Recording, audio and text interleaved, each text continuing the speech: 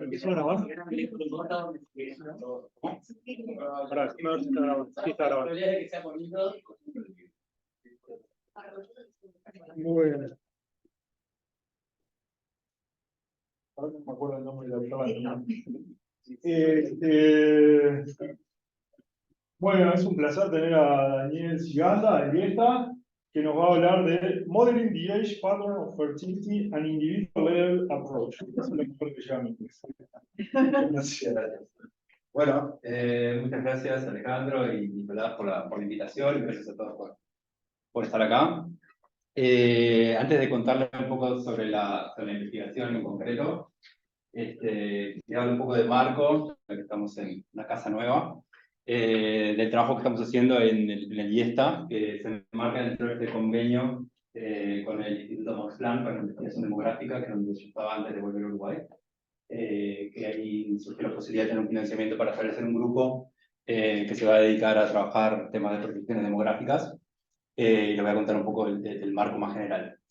Y por el grupo pasó Julio Cesano el año pasado, y este año estamos trabajando con Diego Araujo, Ignacio Campón y Ignacio Lynch, son estudiantes y egresados de la licenciatura en estadística. Entonces, el objetivo del grupo es contribuir a mejorar las proyecciones de población, ¿no? Sí, las proyecciones de población han avanzado mucho en los últimos años en términos de incorporar, medir mejor la incertidumbre, ¿sí? Han avanzado desde métodos determinísticos hasta modelos probabilísticos. Ahora un equipo de estadísticos de la Universidad de Washington, Adrián Rafter y a la cabeza, quizás algunos de lo conocen, que han como incorporado este esquema de los modelos jerárquicos bayesianos a las proyecciones de población. Entonces, había un avance en ese sentido del tratamiento de la incertidumbre, pero los modelos bases siguen siendo los modelos que se usan hace varias décadas en las definidas y en las estadísticas de los institutos nacionales de estadística. Y esos modelos base básicamente son modelos de extrapolación. Entonces, cuando nosotros queremos proyectar los componentes, la dinámica demográfica, por ejemplo, la mortalidad o la fecundidad, lo que se hace es básicamente tomar en cuenta simplemente la trayectoria anterior. Bueno, lo que es tomar en cuenta la trayectoria anterior de ese indicador a nivel agregado, ¿sí? Tenemos un indicador agregado en el caso de la fecundidad y la tasa global de fecundidad, en el caso de la mortalidad, la esperanza de vida, y simplemente se modela la evolución de ese indicador en el tiempo, ¿ah? Y se extrapola a partir del momento en el que estamos. Entonces, estos métodos, digamos, tienen el problema de que no incorporan ninguna otra información que no sea demográfica, ¿sí? Lo único que hacemos es dar una curva y extrapolar. Y están definidos a nivel agregado, entonces no tenemos acceso a los mecanismos comportamentales, que es lo que en teoría querríamos conocer, ¿no? Conocer los comportamientos y los mecanismos que dan lugar al cambio demográfico. En este caso tenemos un proyecto a nivel agregado. Entonces, también se utilizan en combinación muchas veces con opiniones de expertos, porque a veces sí, en los modelos de extrapolación, en largo plazo nos pueden dar valores que no son plausibles, ¿no? Entonces, cuando la caída de la fecundidad y seguimos en el muy largo plazo, nos vamos a valores negativos. Entonces, a veces eso se incorpora en opiniones de expertos para decir, bueno, no, el nivel de la fecundidad final en el periodo de observación va a ser tal. Y eso tiene problemas porque muchas veces todos tenemos sesgos de cómo pensamos que se van a comportar ciertos indicadores. Entonces, por ejemplo, esta es una revisión de 50 años de proyecciones en el Reino Unido. Esto es la tasa global de fecundidad, es el número promedio de hijos por mujer. ¿Sí? La línea punteada, la línea sólida es lo observado. Y estas, las punteadas son proyecciones que se han hecho de ese indicador en distintos momentos del tiempo, con la opinión de algún experto que decía, bueno, el nivel final de la fecundidad, el final de la proyección va a ser tal, ¿no? Y bueno, esto habla un poco por esa historia, ¿no? Hay mucho error, ¿no? en esas proyecciones, ¿sí? En general, lo que pasa con la fecundidad es que la gente piensa que, y los investigadores, todos pensamos que en un momento va a volver al nivel de reemplazo, ¿sí? Al nivel que es necesario para reemplazar la población. Eso no ha sucedido, ¿sí? Entonces todas estas poblaciones que se vienen haciendo de esas proyecciones de los 70 han errado por encima. Incluso esta última, que se hizo en tempranos 2000, que era la PIME, que por primera vez no se iba por encima del valor observado. Ya ha quedado desactualizada también porque la fecundidad del Reino Unido está cerca de 1.5 hijo por mujer. Entonces, está observada sin una trayectoria. Entonces, nada, ahí hay como un lugar donde se puede mejorar, entendemos, aportando desde el nivel individual.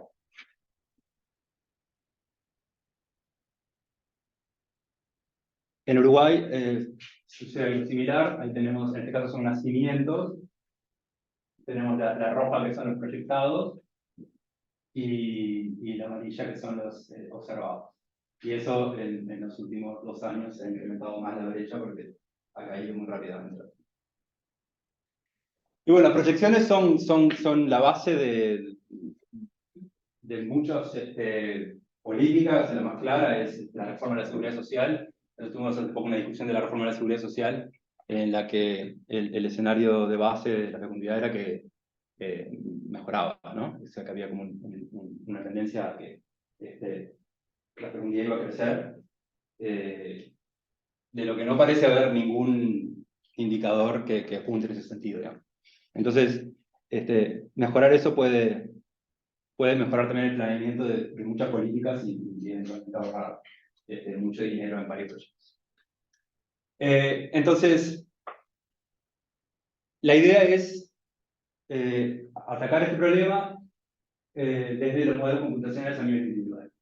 Y la idea entonces es incorporar información no demográfica, ¿no? Por ejemplo, las cuestiones que nosotros sabemos que tienen un efecto claro sobre el timing y la cantidad de hijos que tienen las personas, ¿sí? Por ejemplo, información sobre el nivel educativo, la participación en el mercado de trabajo o la eficacia y el uso de métodos anticonceptivos.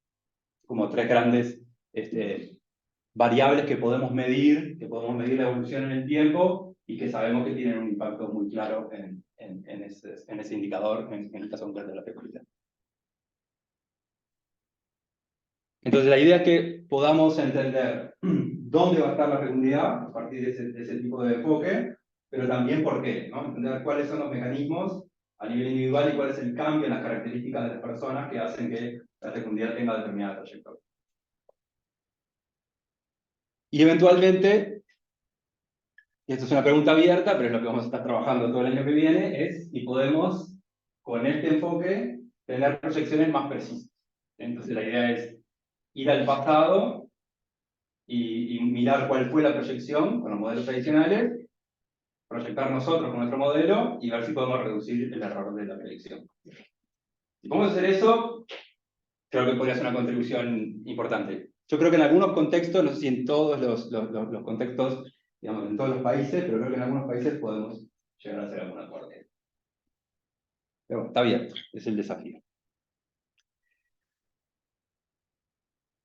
Entonces, nosotros ya tenemos, de hecho, esa herramienta armada, tenemos el modelo, tenemos el mecanismo de estimación para generar la proyección. Por ejemplo, este es un trabajo que hicimos con unos investigadores de colegas de Finlandia, que ellos querían ver, también querían proyectar la fecundidad en Finlandia, que tenía una caída muy, muy fuerte. Y comparamos la violeta es la observada, ¿no? El promedio de hijos por mujer de las cortes, la violeta es la observada, y a partir de ahí tenemos distintas proyecciones, las amarillas y la marrón son 3 métodos tradicionalmente utilizados, y la roja es la nueva. Esos puntos rojos en realidad vienen de simular trayectorias a nivel individual y después agregar para computar ese indicador. ¿Qué quiere decir a nivel individual?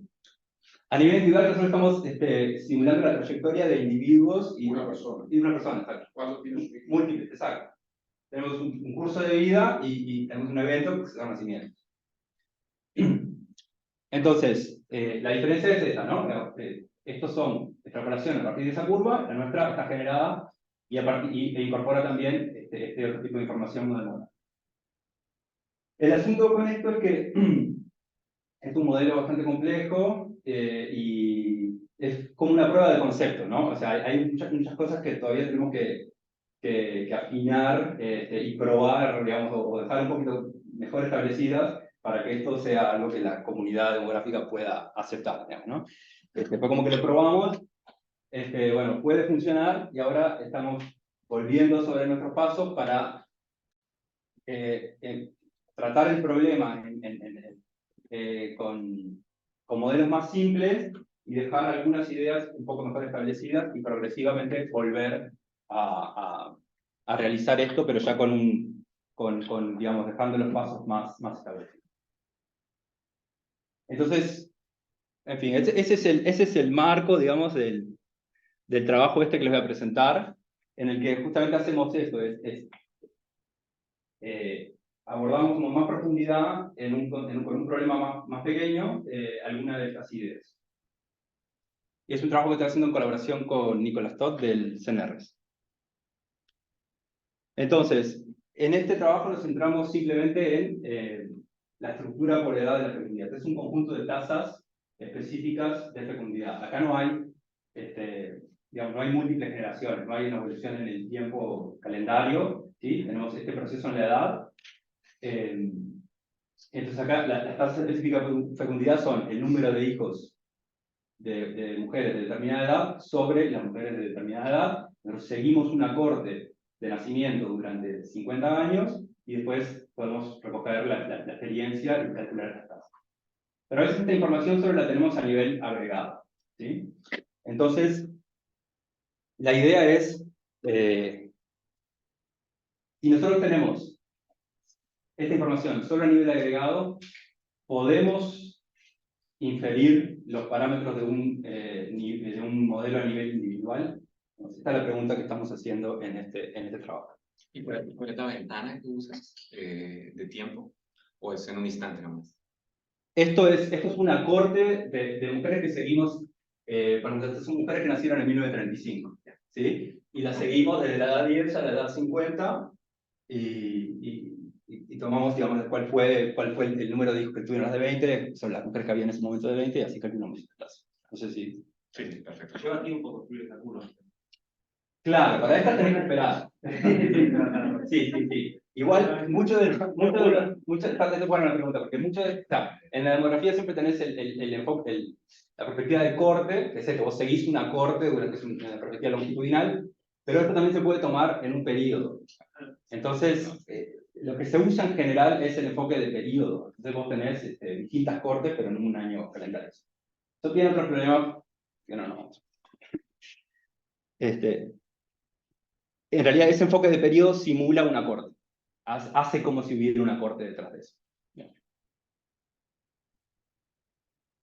Como toda gente impregnada por una misma cultura, si querés. Claro, acá lo que tenés, exacto. Esto es mucho mejor, más simple, y es como se debería conducir en el análisis si no tuviéramos la ansiedad de conocer cómo se debería conducir, porque es esto en realidad lo que estamos modelando. Cuando usas este periodo, tenés distintas cortes y estás asumiendo qué pasaría si una corte ficticia, por eso a veces cuando tenés un análisis de periodo, si una corte ficticia atravesara por un conjunto de esas tasas, ¿cuál sería el promedio de hijos por mujer? Y esa es la tasa global de fecundidad de periodo. Es como una ficción donde imaginamos una corte que pasara por una tasa. Bien, entonces, si ponemos muchas de estas curvas en el tiempo, podemos ver la evolución del nivel de la fecundidad y también el calendario, ¿sí? Cuando, en este caso, el caso de Francia,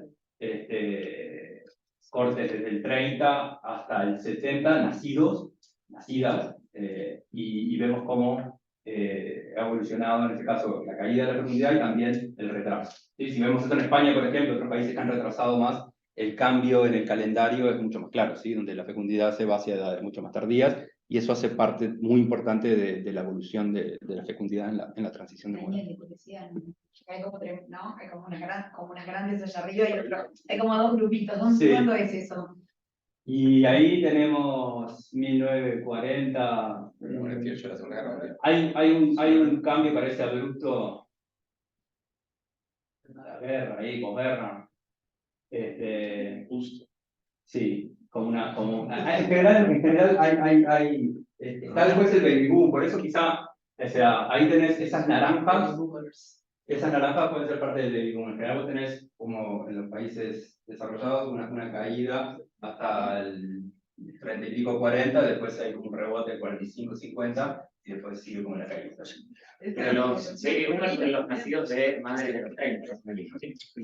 El baby boom es en la posguerra, es en 45. Por eso las mujeres que nacieron en los 30. Que nacieron, exacto, antes, exacto. O sea, serían como las primeras curvas. Sí, correcto. Exacto, acá tenés cortes de nacimiento, acá estamos viendo cortes, tenés las primeras curvas son en el 30, eso agarra a partir del ¿sí? El tema es que como miras el baby boom también lo puedes mirar en periodo, en corte, te da una perspectiva distinta. Nosotros en realidad lo miramos con tasas de periodo, entonces lo ves, cuando miras en el periodo lo ves más en el 40. En el momento. En el momento.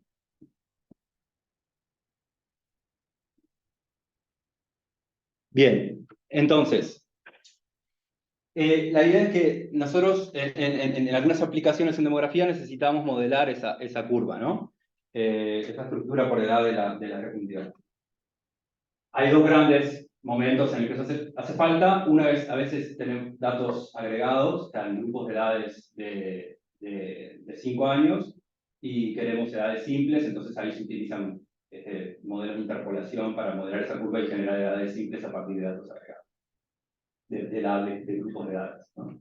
Y después el otro uso más importante es en las proyecciones, porque, como les decía, la proyección uno toma, por ejemplo, la tasa global de fecundidad, hace una extrapolación, y a partir de esa extrapolación deriva un conjunto de tasas específicas por edad, y eso se pone en una matriz para generar la proyección de población, ¿no? Pero entonces tenemos que convertir ese valor de tasa global de fecundidad en un conjunto de tasas, y eso implica modelar esa estructura por edad de la fecundidad. Entonces, en ese caso, lo que se utiliza para atacar este problema son modelos no paramétricos en general, de splines, modelos muy flexibles, y también como toda una tradición de modelos paramétricos, que en realidad digamos, la bondad de esos modelos se mide en qué tan bien ajustan a los datos y qué tan interpretables son los parámetros que se pueden derivar para hacer ese ajuste a esa curva. El tema es que esa interpretabilidad de los parámetros siempre es indirecta, ¿no? Nosotros estamos modelando una curva y tenemos unos parámetros que los podemos vincular a la edad máxima o el momento en que empieza la caída, ¿no? Pero siempre son características de la curva, no son parámetros que definan cantidades a nivel individual. Entonces, la idea nuestra es, bueno, si nosotros queremos tener una interpretación comportamental de esto, modelémoslos a nivel individual y después generemos esas tasas a partir de trayectorias, ¿no? Entonces, esto es lo que vamos a hacer, es modelar, más que la fecundidad, el proceso reproductivo, ¿sí? Cómo una mujer y una pareja van a experimentar, ¿sí? van a tener, vamos a modelar el timing y la cantidad de esos eventos.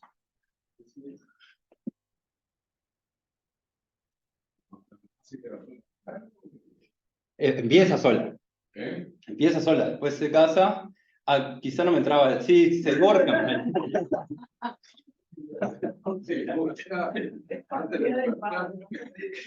Creo que era más que el diagrama me quedaba mejor. Así que los divorcié. Sí. En realidad los hombres no lo tomamos bien. Cuando la divorciaste ya en el segundo y tercero periodo. El hombre siempre está como implícito lo que pasa en estos análisis. Lamentablemente se ha avanzado en la fecundidad de los hombres, pero todavía no tanto, es más difícil de medir. Entonces, si queremos el modelo más simple que podemos pensar del proceso reproductivo, podemos pensar en un régimen de fecundidad natural, ¿tá? Un régimen de fecundidad natural es como un régimen pretransicional en el que no hay control, o sea, no hay control de los nacimientos, ¿sí? No hay uso de anticonceptivos. Entonces, nosotros vamos a trabajar, en este caso, con poblaciones históricas que no hacen uso de anticonceptivos. Entonces, eso simplifica mucho el problema en esta idea de decir, vamos a observar un problema más pequeño y ver algunas cosas con mayor profundidad. Entonces, en este caso tenemos que pensar en 4 cosas. ¿Cuándo inicia el proceso? Que acá lo vamos a definir como la edad del matrimonio, que puede ser la edad de la unión, en realidad lo que necesitamos definir es cuándo empiezan las relaciones sexuales regulares y la exposición al riesgo de concebir, que está vinculado obviamente a estar expuesto a relaciones sexuales. Después tenemos que definir una probabilidad del evento, en este caso de la concepción, después le agregamos 9 meses y tenemos un nacimiento. Que eso es una idea que se llama fecundabilidad, de la que vamos a hablar ahora. Y después tenemos que definir el periodo de no susceptibilidad, porque en este proceso, cada vez que tenemos un evento, un éxito, hay como un periodo donde esa probabilidad deja de funcionar, ¿sí? Que es lo que se conoce como la menorrea postparto, ¿sí? Donde no hay riesgo de concebir, ¿no? Igual es ínfimo. ¿El qué? La menorrea postparto. No, o sea, tenés todo el periodo del embarazo y después tenés meses. O sea, depende mucho de la Es ínfimo, por eso. Durante el embarazo estamos de acuerdo. Después cuando fue demasiado casos. Hay variabilidad. Se dejaron de la menorrea postparto y no No funcionó. funcionó. No. Tiene que ver con la lactancia, está vinculado a la lactancia. Cuanto más lactancia, Eso te dice. más duración. Perdón que me traiga las cuotas femeninas. Hay papers, pero también espero. Está la realidad, está la realidad. No, estoy de acuerdo que disminuye la probabilidad, pero no es. Está bien. No es lo que quiero decir es que no es. Sí. Entonces, nada, eso. Ahí nosotros lo que vamos a hacer es tomarlo como un valor, es un número de meses, pero ahí podríamos en realidad, si lo hiciera, o sea, si queremos ir un modelo más complejo, tendríamos una distribución, y quizás sí, hay gente en la cola de esa distribución, pero más ¿no? Eso es. Es- Pero perdona, ¿qué personas se comportan de acuerdo a ese nivel? Luego decir, no hay métodos anticonceptivos. Igual la gente quiere que toma pastillas o no usa preservativos, o que planifica las relaciones. No, esto es, vamos a hablar de poblaciones históricas. Tenemos datos Antes. las pretransicionales, claro. Y tenemos tenemos datos de una comunidad religiosa en los años 50, de los luteritas, que se caracterizaban por Hablar de escenas de ahí. 10 hijos por mujer. Y después tenemos datos de Francia, 1700, y de Quebec. Entonces, lo que estamos modelando es el régimen de fecundidad natural. También la transición demográfica uno lo puede pensar como un pasaje de la fecundidad natural a la fecundidad regulada. Hoy en día estamos plenamente dentro de un régimen de fecundidad. Gracias. Entonces, el cuarto elemento es cuándo termina ese proceso. Entonces, eso está claramente definido por la menopausia, pero entonces nosotros tenemos que ver cómo evoluciona el riesgo de concebir con la edad. Entonces, para modelar el inicio del proceso, vamos a utilizar una distribución log normal, de la que vamos a obtener nuestros 2 primeros parámetros, que son la media y el desvío de esa distribución. ¿Ah? Ahí tenemos edades al matrimonio, que las modelamos con una log normal, y vamos a simular edades a partir de esa distribución. Y esos son los 2 primeros parámetros que vamos a querer conocer. ¿Ah? ¿Y por qué lo normal? Porque es una edad, entonces es positiva y tiene como esa cola a la derecha, lo modela bien, digamos. Es una cosa que se utiliza y funciona. Después tenemos esta idea de la probabilidad de concebir. Esto es una idea de Gini de 1924, que usa un lenguaje muy propio de esa época para definir eso. Que es la probabilidad de concebir de una mujer casada en un mes. Entonces hay que hacerle como una traducción al lenguaje más contemporáneo, que básicamente las 2 condiciones que tenemos que tener es que haya relaciones sexuales regulares, por eso lo de mujer casada, y ausencia de prácticas malthusianas es que no haya uso anticonceptivo. Si tenemos estas 2 condiciones, podemos definir una probabilidad pi, que se llama fecundabilidad, que es la probabilidad de concebir en un mes. ¿Ah? Y después ahí vamos a usar Monte Carlo para definir cuándo observamos un evento. ¿Sí? Los maltusianos suena demoníaco ahí lo que Bueno, a no le suena que esto está bien, pero básicamente sí, no controlar, no intentar controlar la población. Malthus porque tenía ese interés en controlar el crecimiento de la población. Yo creo que es al revés. Exactamente al revés, porque lo sagrado era mantener la fertilidad como fuera. Malthus que era demoníaco en el sentido de la Iglesia Católica. Malthus decía, no, mira, un momentito, hay que ponerle coto al relajo, sino coto a la fertilidad. Pero también motivó el no ayudar durante épocas de hambruna a la población. Exacto. Claro, había una cosa más En este caso, el que tiene está defendido, más bien se está oponiendo a la Al control ideológica de la Iglesia Católica, que era que no solo que tener hijos, sino que si no tiene hijos, está haciendo pecado. Porque, bueno, puedo decir, utiliza la palabra, algo está haciendo fornicar, ¿verdad? Sí, de hecho, Ginny tiene ahí un pasado complicado ideológico, y en ese momento, de hecho, lo que él quería probar era como que la pérdida del vigor de las poblaciones, no había una idea de declive civilizacional, ¿no? Por la caída de la fecundidad, ¿no? Tenía como una idea de este estilo que tú mencionas. Pero bueno, entonces, más allá de sus ideas, aportó un concepto importante. Es el índice, sí, jugaba en varias canchas. Entonces ahí nos regaló esa idea. Bueno, entonces, ¿cómo? Nosotros lo que nos interesa es, nosotros sabemos que la probabilidad de concebir no se mantiene constante, o sea, tiene también una estructura por edad, ¿no? Gran parte de la estructura por edad de la fecundidad, de las tasas de fecundidad que observamos, tienen que ver con la estructura de edad por edad de la probabilidad de concebir a nivel biológico, ¿no? Y comportamental. Porque la fecundabilidad tiene como dos componentes. Uno es la capacidad biológica de concebir, cuanto mejor alimentados estemos, en mejores condiciones de vida tengamos, esa probabilidad va a ser más alta, pero también cuanto mayor frecuencia de las relaciones sexuales, mayor va a ser esa probabilidad. Entonces, como en la idea de fecundabilidad hay como metidas dos cosas, que una es más comportamental y una es más biológica. Y entonces nosotros queremos modelar cómo evoluciona esto con la edad. Entonces, lo que necesitamos ahí es, queremos la mínima cantidad de parámetros que nos permita construir una familia de curvas que describan ese proceso que va desde la pubertad hasta los primeros años de la adultez, donde hay un pico de la probabilidad de concebir, y después una caída hasta la menopausia, ¿no?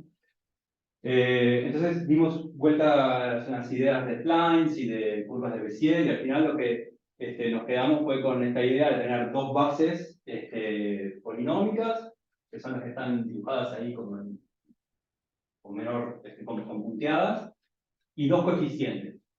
Y esos coeficientes multiplican esas bases y nos permiten controlar el máximo de esa curva y cómo cae la probabilidad de concebir en las últimas edades, ¿no?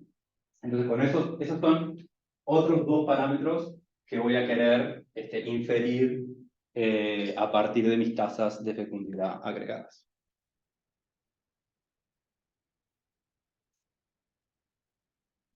Y el último, o sea, ahí vamos a tener un modelo de 5 parámetros.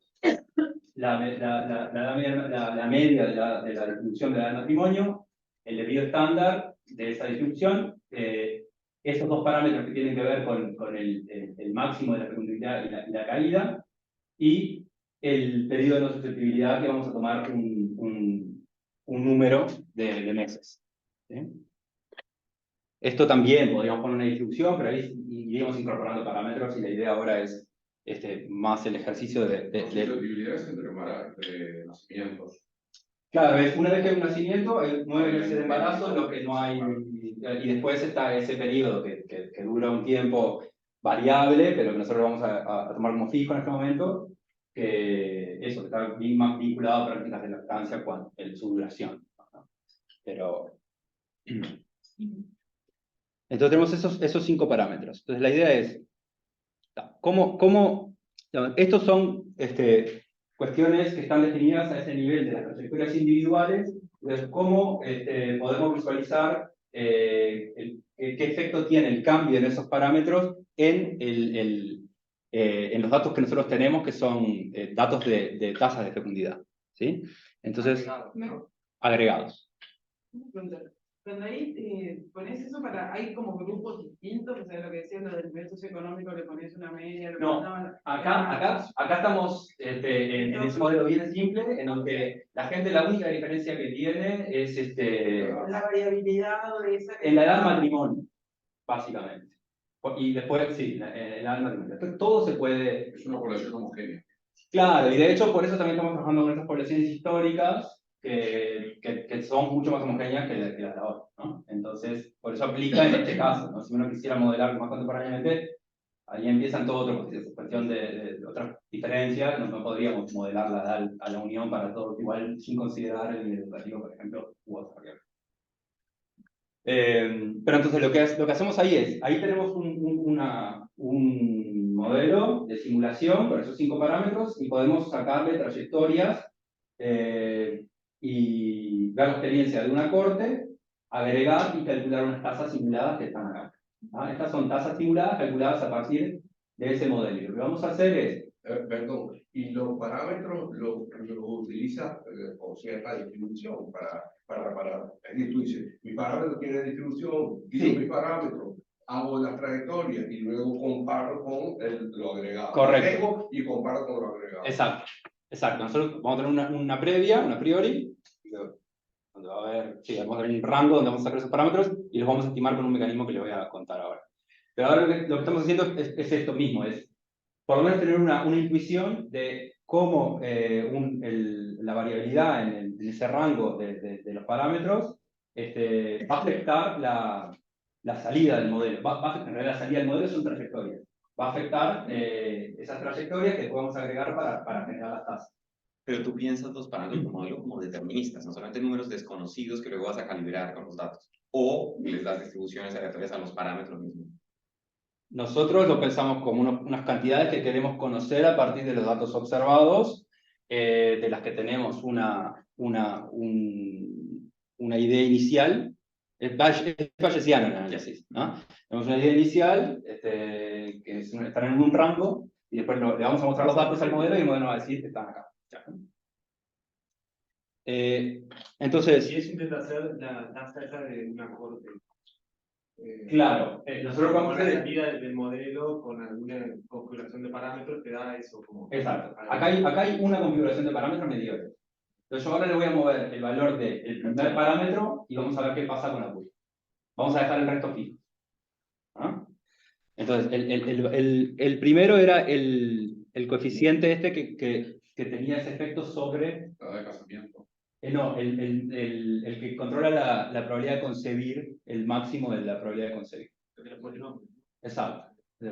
Es el primero de esos coeficientes que tiene más efecto, digamos, sobre el máximo. Entonces, lo que hace sobre la tasa tiene sentido. Esto nos sirve para después ver si vamos a poder efectivamente identificar, porque todo el ejercicio se trata de ver si podemos, a partir de una curva agregada, identificar esos parámetros. Entonces, esto ya nos dice, si hay mucho solapamiento entre lo que hacen los parámetros sobre los resultados, vamos a tener más problemas identificar eso. Se pierde identificabilidad. Exacto, exacto. Entonces, la idea es, bueno, observémoslo primero así para tener una intuición de si vamos efectivamente a poder identificar los parámetros a partir de datos observados. ¿Sí? Porque recuerden que todo era eso. Entonces, tenemos datos observados, pero queremos modelar a nivel individual. Entonces, este es el segundo que controlaba la caída de la fecundidad, de la probabilidad de concebir, que tiene un efecto sobre la fecundidad, en las edades más avanzadas. Después, esta es la media a la edad del matrimonio, que obviamente cuanto más temprana, más, ¿sí? las tasas de fecundidad en las edades jóvenes son mayores, y cuanto más tarde el casamiento, obviamente esa curva reduce, digamos, sobre todo las primeras edades. Igual como que después de cierto punto la medida casi que no afecta, ¿no? O sea, si ves la curva, como que hay un punto donde casi, después de los 40 casi no se mueve, sí. Claro, exacto, afecta a las primeras edades. En el momento después que están todas casadas, el ritmo es igual. Porque acá estamos dejando el ritmo igual, acá estamos solo moviendo el inicio del proceso, ¿no? Después tenemos esta que es interesante, que es la variabilidad de la distribución de a la unión. Entonces, obviamente, cuando hay más variabilidad, tenemos como una curva más redondeada. Cuando hay menos variabilidad y todas las mujeres se casan, por ejemplo, a edad no sé, 18, ahí, ¿no? Tenemos concentrado ahí. Y después tenemos el periodo de no susceptibilidad, que esto va de 3 meses a 20 meses o así, y eso obviamente tiene como... Acá hay cierto solapamiento con el primer parámetro, ¿no? Entonces, esto ya nos da una idea que quizá el modelo tenga alguna dificultad diferenciando el efecto de esto y el efecto del primer parámetro, que era el de la probabilidad de conseguir. Bien. Entonces, ahora tenemos la simulación, ya la podemos hacer. Tenemos el modelo definido y queremos datos observados para poder comparar simulado y observado y hacer la diferencia sobre el parámetro. Entonces, los datos que tenemos son de 3 poblaciones con fecundidad natural. Una de ellas es esta comunidad religiosa de deuteritas, que ha sido muy estudiada en demografía porque o sea, no eran tan distintos a otras comunidades religiosas en su rechazo a los métodos anticonceptivos, pero sí en la forma en que lo llevaban a la práctica, digamos, ¿no? Porque muchas otras comunidades religiosas también rechazan los métodos anticonceptivos, pero... Las simulaciones no las Entonces, tenían más de 10 hijos por mujer. Eso después ha ido cambiando, pues han ido como veniendo un poco al mundo exterior, pero durante mucho tiempo el promedio era mayor a 10 hijos por mujer. Entonces ahí hay todos unos datos que vienen de archivos familiares bien detallados y que están también chequeados por consistencia. El problema es que son datos de mucha calidad, pero son pocos. Acá nosotros queremos, como no tenemos mortalidad en la simulación, tenemos matrimonios, tampoco tenemos separaciones, tenemos matrimonios intactos, o sea, donde hay una unión, un casamiento, y esa pareja permanece junta y viva hasta Que la muerte los separa. hasta que la muerte los separe, o hasta edad 50 nos importa a nosotros. Después de edad 50, después de edad 50 pueden hacer lo que quieran. Es solo una generación. Sí, sí, nosotros acá hacemos una pequeña trampa de agregar unas cantidades de generaciones y como, porque asumimos que son más homogéneas la experiencia, porque si no nos quedamos muy pocos datos. Así los dos en el mismo momento. Sí, sí. Después tenemos unos datos de Balzac, esta ya es una base grande. No sé qué quiero en esa fecha, pero son de periodo anterior. Los datos, claro, son... Anterior. Sí, sí, sí. En esta fecha lo que está... Un registro de iglesia y... Exacto. Ahí hay como unos libros de familia, sí, y todos los datos están basados en una mezcla de registros de parroquias y de registros también. Sí, sí. Después, esos son encuestas, los de los uteritas. Estos son un procedimiento que se llama reconstitución familiar, que inventó un demógrafo francés que se llama Louis Henry, que es básicamente reconstruir la trayectoria de eventos de un individuo, una familia, a partir de todos esos registros, ¿no? De bautismos, matrimonios, defunciones. Entonces es un trabajo gigante de una universidad en Quebec, que tienen datos muy buenos del poblamiento de esa zona. Y bueno, ahí tenemos una muestra bastante más grande, con 14.000 matrimonios entre 1700 y 1750. Y después tenemos los datos mismo que recogió Louis Henry en Francia, que vienen de 40 comunidades, departamentos, que son también a través del método de reconstitución familiar. Y en este caso tenemos 2.200 matrimonios de mujeres nacidas entre 1670 y 1770. Entonces, ahí tenemos nuestros datos observados para comparar con nuestra simulación. Ahí están, no sé si se ve bien. Los ulteritas son los que están más arriba, obviamente ahí tenemos más ruido porque tenemos pocos casos, pero nosotros vamos a suavizar eso y tomar la tendencia. Después tenemos Quebec y por último Francia. Si bien todos son fecundidad natural, tienen diferencias importantes que están dadas por la duración del amamantamiento, por ejemplo, que hace que tengan periodos de no susceptibilidad más largos o más cortos, y también por el inicio del proceso. O sea, la edad del matrimonio era más temprana en los uteritas, un poco más tardía en Balzac y bastante más tardía en Francia. Bien, entonces, ahora tenemos datos simulados y datos observados para esas tres poblaciones. Y lo que queremos es contestar esta pregunta de si es suficiente la información que hay en esa curva de tasas para estimar esos 5 parámetros del modelo a nivel individual.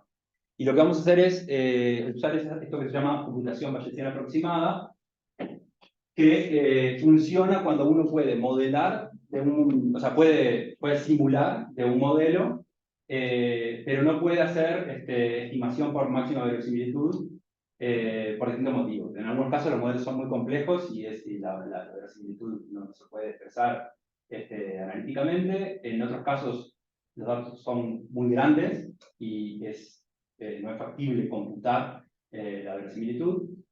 Y en nuestro caso, no tenemos datos a nivel individual. No podemos saber la probabilidad de nuestras observaciones a nivel individual. Entonces no podemos hacer estimación por máxima verosimilitud, pero podemos aplicar esta técnica que nos permite inferir los parámetros a través de la comparación de observados y simulados. ¿No? Entonces la idea es muy simple. Por eso ha tenido mucho desarrollo. ¿No? Entonces tenemos los datos, la naturaleza, la realidad en azul. En nuestro caso es el vector de tasas. Es lo que nosotros vamos a tener, estos 3 vectores de tasa, vamos a ir de a uno a la vez, ¿no? Uno de esos vectores va a ser nuestra realidad. ¿Sí? Nosotros vamos a agarrar nuestro modelo con nuestro parámetro θ y vamos a simular. Y vamos a definir una distancia entre observado y simulado. ¿Sí? Y todo lo que nos caiga dentro de esa distancia lo vamos a aceptar.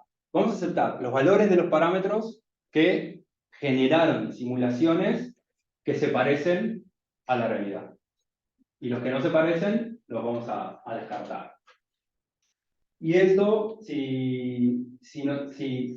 estos valores de los parámetros son realizaciones de una distribución a posteriori aproximada de los parámetros. ¿No? Entonces, Es una distancia entre curvas, eso. Entonces. Sí, es una distancia euclidiana entre los dos vectores. Después nosotros podemos ir agregando más datos ahí, y la distancia se mide de distintas formas, pero es medir la distancia entre. Para cada valor de parámetros, ¿simulas una o haces un promedio? Nosotros simulamos, no, con combinaciones. Combinaciones de parámetros, generamos distintas simulaciones y nos quedamos con combinaciones. Ah, pero vos tenés una combinación de parámetros puntual, Sí. digamos, entre 5, y simulás varias curvas. Simulás una, sí. Una y comparás. Nosotros también hemos hecho de simular más de una por combinación para ver también porque es probabilístico, ¿no? Entonces también hay cierta... Claro, porque digo, te va a quedar una cosa que tiene azar. Con ruido. Depende de la cantidad la cantidad de observaciones de mujeres que tengamos en esa corte. Cuanto más mujeres en la corte, es lo mismo que los datos observados. Cuanto más mujeres, más sí, exacto. Sí. Lo mismo que acá. En los observados, es una vez, pero son todas las mujeres. Ahí hay un tema estadístico. En la cantidad de mujeres está el TCL, ¿vale? Sí, no sé. No, que ya hay una agregación ahí. ¿Sí? Claro, hay una agregación que demuestra un promedio de cosas. Claro. Sí, exacto. Cuanto mejor esté, cuanto más gente haga ese promedio, más suave va a ser el tiempo. Entonces, básicamente lo que dice el algoritmo de ABC, para ponerlo un poco más en estos términos, es tenemos una distribución a priori de los parámetros, Y el algoritmo lo que va a intentar hacer es aproximar la distribución a posteriori cuando no podemos hacer máxima velocidad. Entonces, obtenemos una combinación de parámetros de tita gorro de la previa, simulamos del modelo, calculamos la distancia y aceptamos los que estén dentro de la Es como distancia. un método muy casting, pero extraño, es decir, Es más sencillo. sin marcovialidad. Exacto, es mucho más El rechazo y aceptación. Es rechazo, exacto. Es un sampler de rechazo simple, bastante más simple que los MCs. Pero CMC tiene una garantía de funciones históricas. Esto que se queda informe a veces, y a veces no. Bueno, en el proyecto bastante, no sabía. Lo tiraba y punto. Y posterior una distribución a posteriori uniforme. Sí, lo es el éxito. Bueno, esos son los datos. No, vos después tenés lo que en teoría Lo que te sirvieron. buscas encontrar es una distribución que se parezca a una normal, lo más ajustada posible, digamos, centrada en el valor de los parámetros. Sí, claro, posteriori y los parámetros. Sí, bien. Entonces, bien, esto es la base de ABC. Es bien simple. El asunto es que claro, es aproximado porque al tener esa distancia, eso es lo que va a ser aproximado. Entonces, cuanto más amplia la distancia, peor la aproximación, cuanto más corta la distancia, mejor, pero para tener muchas observaciones dentro de una distancia corta, tenés que simular mucho. Entonces tiene costo computacional. ¿Ah? Entonces, hay varios métodos, varios algoritmos que se han desarrollado para reducir el costo y para mejorar esa estimación. Nosotros le damos una vueltita más a esto, que no se las voy a contar en detalle, después si quieren volvemos, porque quiero ir a que no nos quedemos sin tiempo para los resultados. Pero le damos una vuelta más que básicamente acá se llama ajuste de regresión y modelamos los parámetros como una función de los datos y ahí le pedimos una predicción a ese modelo y eso nos genera como nos estrecha la distribución a posteriori de los parámetros que habíamos obtenido con el algoritmo de regresión. ¿Ah? Esto después podemos volver si hay tiempo, pero básicamente nos da una distribución un poco más estrecha. Entonces acá tenemos la previa, que es la punteada, ¿sí? Tenemos lo que hacemos con rejection, el ABC simple, esto es para un parámetro, ¿no? El segundo del parámetro que tenemos.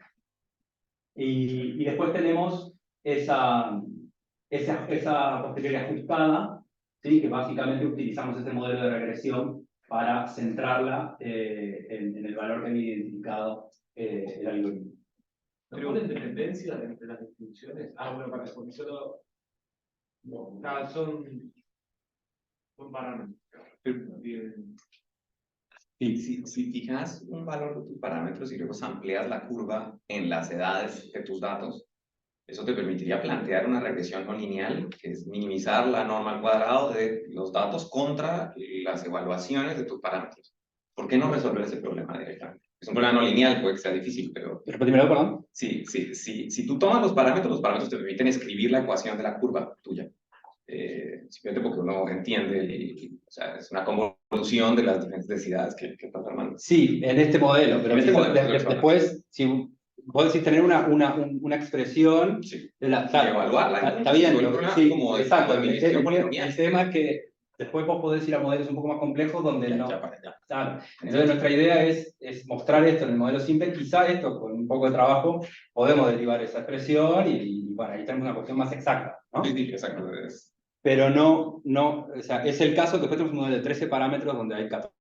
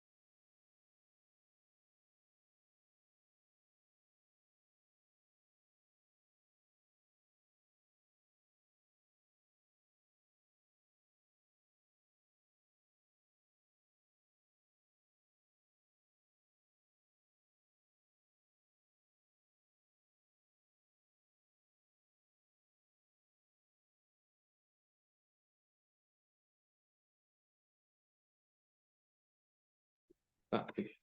¿Y qué decían los puntitos? De los puntitos al final. ¿No dijiste más?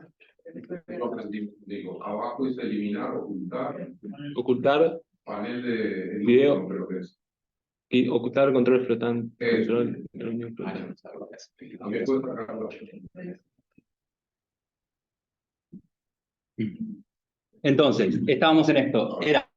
Vamos a tomar una combinación de parámetros que nosotros sabemos cuáles son, los conocemos. Vamos a simular de esos parámetros un resultado del modelo, que son las trayectorias, vamos a agregar, todo este que ustedes ya saben, que es agregarla para generar las tasas. Y después vamos a tomar esa Y asterisco como unos falsos observados. ¿Sí?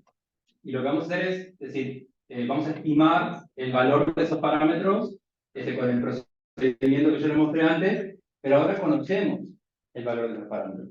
¿Sí? O sea, ¿se entiende lo que estamos haciendo? En vez de usar los observados reales, vamos a usar los que simulamos con el θ asterisco, como si fueran observados, y vamos a aplicar la estimación. ¿Ah? Entonces, nosotros ya sabemos lo que tenemos que recuperar.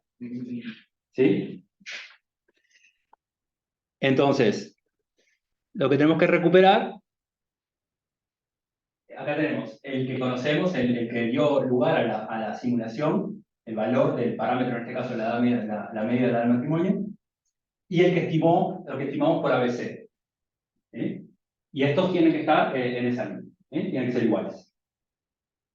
O sea, esto es una distribución, ¿no? Acá tenemos la media de la distribución que nos dio de la posteriori. Esta es la media de la distribución a posteriori que estimamos con ABC, y este es el parámetro que nosotros sabemos, el valor del parámetro que nosotros sabemos. O sea, lo hicimos 100 veces, y acá tenemos cada uno de esos valores son 100 valores de parámetros que generaron unas curvas, de las cuales después las tomamos como observados, hicimos el procedimiento de estimación, y estimamos que el valor era el que está en las IES. Y ahí tenemos esta idea de que los estamos pudiendo identificar.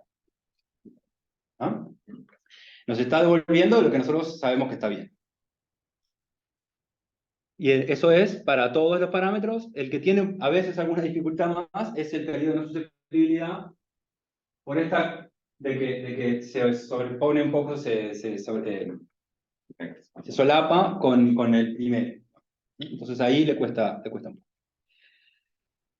Pero, Es como que en la curva esa, la pi, vos podrías integrar el delta de esta forma. ¿cómo pasa qué? Sacar el delta del modelo. O hacerlo más parcialioso. Sacarlo del modelo.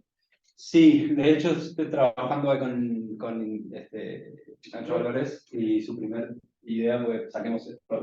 No, lo que dijiste, digo, tú mostraste que en realidad los dos parámetros mostraban un poco lo mismo en el movimiento de curvas. Entonces, Sí, lo que pasa es que A nivel del individuo. o sea, es un parámetro bastante relevante del claro, es un parámetro relevante. O sea, y lo que hace sobre la curva también es importante, porque teóricamente el modelo me queda... sí, pero probablemente, eso lo de haber hecho varias veces, probablemente quitar el valor actual del parámetro por una distribución, entonces puedes ver qué valores de la distribución se acoplan más al primer parámetro, al parámetro ese que donde se veía, donde se conocía la identificación. Sí. Entonces, de esa manera tú puedes decir, bueno, si yo pongo esta región corresponde se pega más entre al primer parámetro. y esta región. Es un buen, digamos, sí. es un buen ensayo, ¿no? Sí. O sea, ponerle una distribución, modelarlo con una distribución, y después ver si hay alguna región que tiene más solapamiento. Eso ¿Está bien? Sí. Sí. No lo hemos hecho. Tantas cosas tan lindas. No lo hemos hecho. Y ahí está el ajuste. Digamos, esto es la predictiva posterior, ¿no? O sea, que los rojos son los simulados, los violetas son los observados. O sea, los rojos son la mediana de la distribución predictiva. perspectiva posterior, y tenemos un intervalo que representa la incertidumbre. Entonces, ajustan todo muy bien.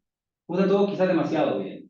Hay como poca incertidumbre en algunos casos, y eso tiene que ver con perdón que no se los conté de todo bien porque si no, no nos queda entrar, pero tiene que ver con esa otra capa que le agregamos a ABC, que es como una capa de modelado extra, que hace que la posteriori sea muy estrecha. Entonces ahora estamos probando con otros algoritmos que no usen ese ajuste para ver si nos representan un poco mejor la incertidumbre, ¿sí?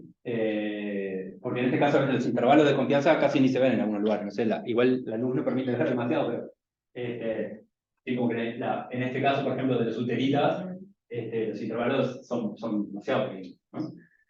Artificialmente pequeños. Pero, bueno, eso sería como que está sobreentrenando. Esto como lo que estamos haciendo ahí es que una vez que obtuvimos el rejection, te lo voy a mostrar. No, la pregunta es más bien cuál es el objetivo de tu población. ¿Qué es lo que vos querés hacer? Yo quiero ajustar estos datos. Querés entender. Quiero entender, pero claro, quiero ajustarlos bien. Sí. Y después, ahora tengo lo que tenía con un modelo paramétrico a nivel agregado, que es un buen ajuste, ¿no? Ahí competimos, digamos. Competimos con el modelo paramétrico a nivel agregado en el sentido que ajusta bien. Y además tenemos los comportamientos a nivel individual. Claro. Y ahora es cuestión de tunear un poco el algoritmo de estimación para que no sobreajuste. Claro, digo, ¿cuál es la pregunta que querés responder? ¿Vos querés después simular? Lo que yo quiero, lo que queremos decir es, bueno, estamos haciendo las proyecciones de población a nivel agregado y en realidad nosotros queremos conocer los comportamientos. Tenemos que modelar a nivel individual. La gente dice, no, claro, modelar a nivel individual es complejo porque hay mucho más parámetros. Más fácil modelar una curva que modelar todo un proceso a nivel individual con muchos parámetros, ¿no? Entonces, lo que estamos intentando mostrar acá es, si yo solo dispongo de datos observados, que es de lo que voy a disponer para hacer las proyecciones, puedo inferir puedo inferir los parámetros de un modelo a nivel individual. En este modelo simple, después, si yo quiero un modelo más complejo, voy a tener que agregar más datos. Pero en principio, como prueba de concepto, eso está. El objetivo es como incorporar una capa anterior a lo que se hace usualmente, que solo se mira la curva. Claro. Querés explicar la curva con el comportamiento. General, está bien. Pero vos en los datos contás después con las edades del matrimonio en estos datos. En estos datos. En los futuros no. Claro. Pero entonces puedes chequear. Podría comparar. Sí. No están lejos. El tema es siempre que vos tenés un modelo y que estás. Acá, por ejemplo, no estamos representando, nos falta, digamos, heterogeneidad. Por ejemplo, la edad media, el periodo de sustitutividad, deberíamos tener una distribución ahí. O sea que es una aproximación. Por eso no están lejos. No tengo acá la comparación 1 a 1, pero lo que obtenemos, por ejemplo, de edad, lo que conocemos son la edad media del matrimonio y el periodo de susceptibilidad. El periodo de susceptibilidad es más complicado porque se mide peor, pero la edad media del matrimonio sería uno bueno para hacer eso que puedo decir. Yo lo conozco ese. Y están muy cerca, no son exactos. Y están ordenados por las poblaciones, están ordenadas, digamos, porque los uteritas se casan más temprano, después va el SAC y después los de Francia, y también nos representa eso. Perdón, ahí esas proporciones están ordenadas en el tiempo, muy viejas. No, de que se casan, que la edad media al matrimonio es No más entiendo, avanzada. la pregunta es si con el paso del tiempo la edad media del matrimonio Sí, lo que pasa es que no son estrictamente comparables las poblaciones porque los uteritas es como. Claro, es un mundo aparte. Claro. O sea, de hecho, los datos de los uteritas son mucho más contemporáneos. Y son los que más temprano, pero porque no. que viven en su mundo. Ahora, una pregunta, volviendo a la pregunta anterior, Cacha, es como la filosofía del modelo CIR, ponerle que vos podrías tener a nivel país la evolución de una epidemia, algo así, Sí. pero vos querés que modelar eso a partir de comportamientos más individuales. Totalmente, totalmente. El modelo SID es otro ejemplo clarísimo donde esto aplica un montón. Y de hecho, durante la pandemia hubo bastante desarrollo en ese sentido, de hacer modelo basado en agentes, que esto viene un poco de ahí, con el SID. O sea, había un gráfico que salió en el New York Times en un momento que mostraba la curva, no sé qué. claro, pero que mostraba a nivel individual, si nosotros incorporamos una reflexión espacial, qué pasaría, si algunos no se contagian nunca, qué pasaría. Entonces, te da posibilidad de incorporar más heterogeneidad y representar un poco mejor la realidad que el modelado de una curva agregada. Tiene un modelo sin microscopio. Claro. Y que no tenés datos de eso porque... Y que a veces sí y a veces no. En este caso, si nosotros queremos hacer proyecciones, vamos a tener datos agregados de tasas de fertilidad. Pero podría suceder que hay valores, regiones totalmente separadas de los parámetros cuyas curvas generadas son igual de consistentes como tal. Bueno, ese es el tema de la identificabilidad, ¿no? Si vos tenés dos combinaciones que son muy distintas, que explican igual. En este caso, eso lo verías en el ancho de la posterior, ¿no? Porque tendrías valores, sería una posterior más ancha y, o sea, tendrías más incertidumbre. Y eso no lo estamos viendo ya. Porque la incertidumbre que tenemos es razonable. Pero sí, eso puede pasar, ese es el problema. El problema de identificabilidad es ese. Todos los problemas inversos. Así. El problema inverso, claro. Todo problema inverso tiene eso grabado. ¿Sí? Claro. Hasta dónde yo puedo realmente identificar de dónde vine si tengo, tengo muchísimas imágenes inversas para aplicarlo. Totalmente, ese es el problema, exacto. Ese es el problema. Pero acá parece funcionable. Acá parece funcionable. Me pregunté si funcionó cuando vamos a un modelo más complejo, ¿no? Pero bueno, ahí lo que va a haber que hacer es agregar otros datos, ¿no? Para estimar parámetros que tienen que ver con otras cosas. Bueno, nada, básicamente ahí esto, decir que, bueno, esto parece estar funcionando y que la idea es ahora llevarlo al mundo de las proyecciones y entender, digamos, generar esas proyecciones que sean proyecciones explicativas, ¿no? Y no solo extrapolaciones a. Y eso es todo lo que quería contar. Gracias.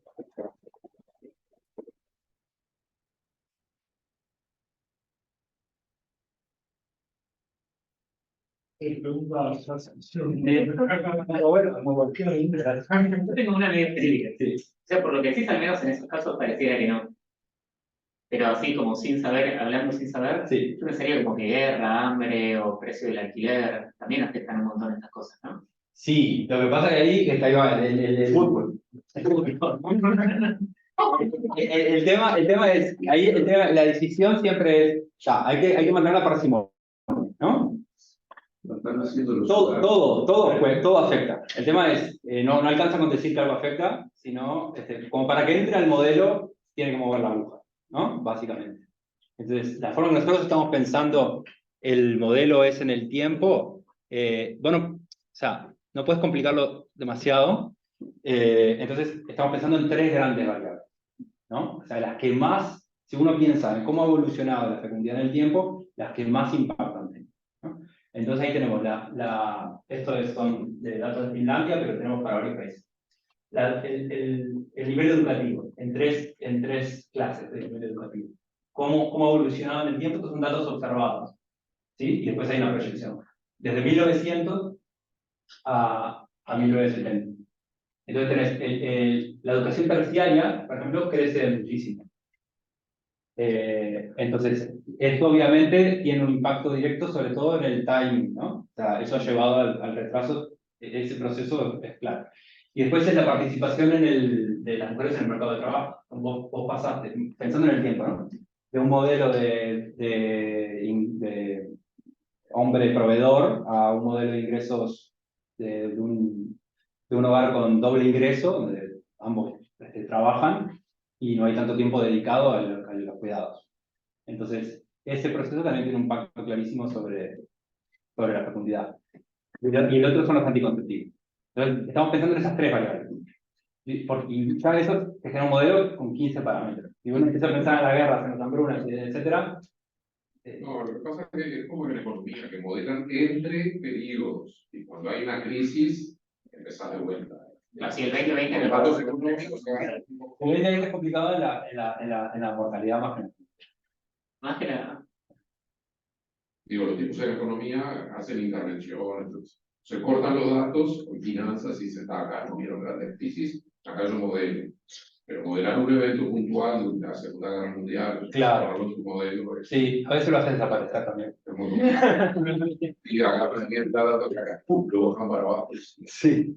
Yo tuve una experiencia muy dura en Venezuela, Sí. estudiando mujeres seropositivas Ajá. y su incidencia, es decir, tuvimos un aporte importantísimo en Caracas, en los barrios más desfavorecidos Sí. de la capital. Entonces, claro, nosotros hacíamos mujeres seropositivas en los barrios más desfavorecidos de Caracas, hay mucho intercambio de uniones. Sí. Las uniones duran poco. Sí. Entonces, claro, le preguntamos a las mujeres, por cierto, nuestras entrevistadoras eran por ética puras mujeres. ¿No? Claro. No. Le preguntábamos a las mujeres, usted tiene una seropositiva, que la teníamos un banco de datos. Sí, entonces ya sabía. En la facultad de medicina, entonces podíamos estudiar eso, esa cohorte. Digamos. Sí. Y entonces le preguntamos a las mujeres seropositivas que si le comunicaban al marido, ¿verdad? Al Sí. marido o al compañero, en general al compañero. Claro. Ahí el gráfico es perfecto, el primer gráfico que hiciste de la pareja, ahí se desaparecían rápido, sí. Así igualito. Entonces le preguntamos si al nuevo compañero le informaba. Sí. Los seropositivos y nos respondían, ¿cómo le Claro. voy a informar a mi compañero si en realidad él me quiere? Sí. Porque yo soy fecundo. Claro. Pero era sistemáticamente esa respuesta. Es decir, cuando uno estudia ese tipo de población, así, yo quedé impactado, todo. Sí, sí, sí, Quedamos impactados sí, sí. porque la respuesta era sistemática. Es decir, hay una componente ideológica dentro de estos sectores menos favorecidos. Me repito, son los barrios Tal cual. marginales de Caracas, etcétera, donde nosotros hacíamos esa Sí, sí, sí. investigación. Y ahí hay un componente ideológico muy profundo de entender la relación con la pareja que se va teniendo a través de la fecundidad. Eso es un elemento, digamos, demográfico para estudiar esas poblaciones que crecen mucho. Sí. Crecen mucho más que, por ejemplo, en Caracas, que los estratos de clase media, para decirlo de alguna forma. Quizá tienen fecundidad más elevada, de eso depende del contexto, pero también el nivel educativo va mejorando y eso también sí, exacto. Hay como cierto balance. Hay un elemento que las aleja de esa ideología, digamos, basal, pero es así. Es decir, es algo nosotros la forma en que nos aproximamos a eso, o sea, no la dinámica de las parejas, abstraemos bastante porque eso representa la complejidad, pero sí, en el modelo más grande lo que tenemos son datos de el número deseado de hijos y por nivel educativo. Entonces ahí obviamente vemos que hay diferencias importantísimas por nivel educativo en el número deseado de hijos, ¿no? Y que en general, cuanto mayor educación, menor el número que se desea. Una anécdota. Para pasar el comité de ética de la Facultad de Medicina con esta pregunta, tuvimos que... Sí, claro, es complicadísimo. Cada vez que mandamos una encuesta, no. Sí. Son puras luces rojas. Sí. Una pregunta, además de agradecer la charla, buena la visita. No hay modelos tipo físicos en el sentido de que una partícula que se reproduce y después calcula el campo medio, desvío del comportamiento medio. Pero no he visto. ¿En demografía? Bueno, porque el modelo CIR es eso. El modelo CIR es un modelo. Digo, uno lo puede hacer estocástico y después toma límites y tiene una como es, evolución determinística, un promedio de la evolución. Sí, no, me parece, o sea, por lo menos no son parte del mainstream de la disciplina. De hecho, en ese trabajo a mí me pasó al principio que no encontraba mucha literatura. Después me fui dando cuenta que toda la literatura más de modelado a nivel individual y simulación fue fuerte hasta los 70, sí. Digamos, hubo una época de 50, 60, 70 donde había mucho modelado y simulación a nivel individual. Después pasa, como en otras ciencias sociales, me imagino, que empieza la abundancia de datos y también llegan las regresiones y análisis de supervivencia y otras cuestiones, y eso se vuelve como completamente el mainstream disciplinario y se pierde el modelado más de este estilo de proceso. Entonces se hace poco hoy en día modelado de procesos y lo que se hace más es agarrar una base de datos y se hace una regresión, un modelo mixto, un análisis de supervivencia y se ven relaciones entre variables. También a nivel individual, pero más modelado de datos que modelado de procesos. Entonces un poco también esto es traer de vuelta la idea del modelado de Sí, pero por ejemplo, están los Werner Process o ramificación. Claro. Inventaron para la reproducción de los apellidos. Exacto, eso se usaba, hasta los 50 se usaba, eso de agarrar el libro de esa época, había renewal theory y esas cosas, yo no conozco tanto de eso, pero era lo que se aplicaba pero ya digo, se ha ido perdiendo. Daniel, ¿ustedes usan modelos determinísticos o no? Es todo probabilístico, digamos, ¿no? Pero es... Claro, pero digo, ¿usan en demografía modelos determinísticos o no? Tipo dinámicos, así, de cuestiones diferenciales. Sí, bueno, en las proyecciones se usaba, en general, la fecundidad se modelaba con una doble logística para modelar la curva esa, la caída de la fecundidad, y después se generaban escenarios. Hasta ese momento era como un enfoque determinístico. Después esto que yo les comentaba al principio, que a eso le pusieron como una capa de jerárquico bayesiano, entonces ahora se modela probabilísticamente, pero hasta hace 20 años las proyecciones oficiales de Naciones Unidas eran deterministas. ¿Y sabes algo de...? Porque nosotros en el COVID usamos mucho las proyecciones de población del INE, porque teníamos censo 2011, pero tenemos que medir sobre el 2020-2021 y usábamos la proyección. Había como un optimismo en las proyecciones, ¿no? Una que crecía hacer esto y... La proyección, yo nada con detalle, sé que también usan una idea de una doble logística y hay una opinión de dónde va a terminar la fecundidad. Ah, que quizás son las asíntota. Exacto, a la asíntota te la tienen que definir. Y eso, ¿tú eres optimista en el sentido de la fecundidad? No, que la población crecía. Sí, es tremendamente optimista. Millones, 400, no sé qué, y crecía poquito, pero crecía. Sí. Ahora el censo creo que va a tirar tierras. Sí. Bueno, ya está, digamos, esto ya sucedió, lo que yo le mostraba al principio de... Sí, claro, todas las estimaciones van por arriba de la realidad.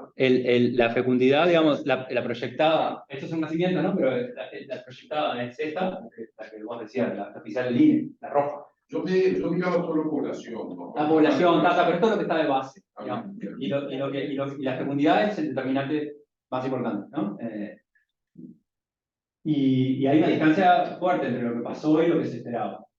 Obviamente todas las proyecciones son difíciles, especialmente las que se hacen para el futuro, ¿no? pero en este caso es claro que ahí hubo, hay error grande, sí. Lo que pasa es que es complicado y es delicado políticamente decir que la fecundidad va a ser... En Corea del Sur, en Corea del Sur, la fecundidad, el promedio de hijos mujeres es 0.78. En Uruguay estábamos en 0.4 hace 2 años, 0.5, ahora estamos en 0.2. Y digo, hay países que... 0.2 quiere decir... Hijos por mujer, promedio de hijos por mujer. Hay un 1.2.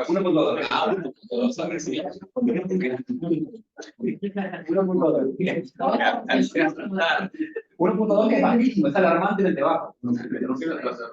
Corea del Sur ya está en 0.78, no es que no existan países. Pero están aterrados, o sea, hablan de eso. Sí, porque además eso es persistente, es terrible.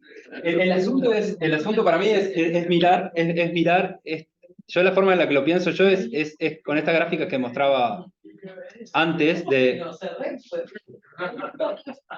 Si uno piensa a dónde están yendo estas cosas, ¿a dónde va? Si uno dice, bueno, las tres grandes cuestiones que afectan el nivel de la fecundidad. El nivel educativo, la participación en el mercado de trabajo y el uso anticonceptivo. Nada de eso va en la dirección. No, por ejemplo, en Uruguay en los últimos años, que hicimos un control del embarazo adolescente. También. Exacto. O sea, Y todas las en variables Corea, estructurales. Corea, uno de los factores que ellos han identificado, cuando es un coautor mío que es ahí, es que los costos de childcare son tan altos que Sí, además tienen un sistema las de, casas muy pequeñas, competitivo a nivel educativo. Sí, exacto. Eso también se tiene que darle toda la atención a cada niño, como si... Sí. Yo estuve en Canadá haciendo maestría y en ese momento había muchas familias que venían y se llamaban las madres golondrina, pájaros, no sé, tiene un nombre de pájaro. Como que venían, dejaban al hombre trabajando en Corea del Sur y venían a Canadá, iban a Canadá para escapar de la exigencia del sistema educativo de Corea del Sur, por ejemplo. ¿No? Entonces, todo eso también ha sido una explosión que a nivel de los indicadores, a nivel educativo, es muy bueno, es exitoso, es un caso de éxito importante. Que se quedan son los que sobreviven. A nivel de la fecundidad tiene un impacto, digo. Una pregunta, ¿nos salva la emigración a Uruguay? A eso hay que preguntarle a Victoria Lugo del programa de población. Vamos por 25.000. La cara de Kate es así, ¿no? Exacto. Se suma una cuota más. La migración yo lo trabajo poco. Sé que ha aumentado, lo que pasa es que nosotros también tenemos mucha emigración, ¿no? Entonces, hasta ahora creo que el cálculo era, el saldo era 0. Y la migración es lo más difícil de medir en demografía. Por nosotros tenemos para fecundidad tener sistemas de estadísticas vitales, las funciones son fáciles de medir, la fecundidad es relativamente fácil de medir, hay sistemas buenos de medición, la migración no. Entonces lo que es más complicado de medir y analizar también, conceptualmente es más complejo. Y entonces, como que hay menos avanzado, pero ahí en el programa de población hay un grupo muy bueno que trabaja con migración y espero que puedan aportar ahí el próximo. Son un bien en general. El programa de relaciones sociales. Exacto. Claro, el tema es el saldo 0, pero qué características tiene la población que emigra con No, digo, claro, saldo cero es un supuesto que se hacía hasta hace un tiempo. Entonces ahora es razonablemente sensible. Claro, eso es lo que voy pensando. Sí, bueno, ahí va. Puede haber una ganancia en la fecundidad. Diferentes En Colombia tiene un problema que hacer con los venezolanos, porque en Venezuela la cantidad de colombianos que vivieron durante muchísimos años tenían la doble nacionalidad y preservaban, eran orgullosamente, como debe ser, preservados orgullosamente su nacionalidad venezolana y su nacionalidad colombiana. Vino la migración y muchos de ellos se fueron, pero no nos registra la migración porque son colombianos que entran. También, sí, no, la migración. No son números pequeños, porque la migración venezolana en Colombia está por el orden de los 2 millones de personas, y eso es perfectamente medio millón. No es fácil, y no hay manera de registrarlo, porque son venezolanos y colombianos. Entonces, vuelven a celular. Sí, es súper difícil de medir la migración. Es muy difícil. Es un país, en realidad.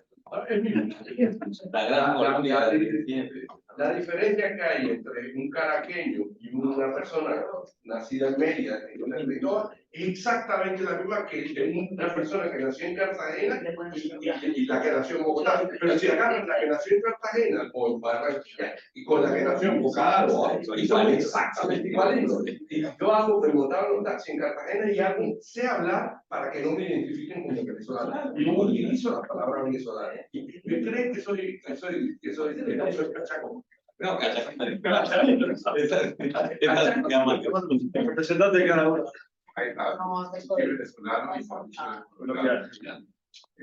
y tenemos argentino. Y vamos a tener malas Parece que vamos a tener malas El lunes que viene.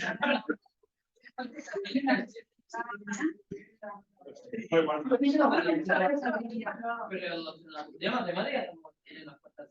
Bueno, agradecemos, bueno.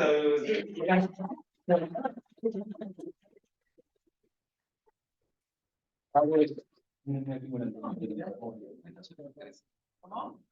La comunidad matemática, todos los migrantes que tenemos, como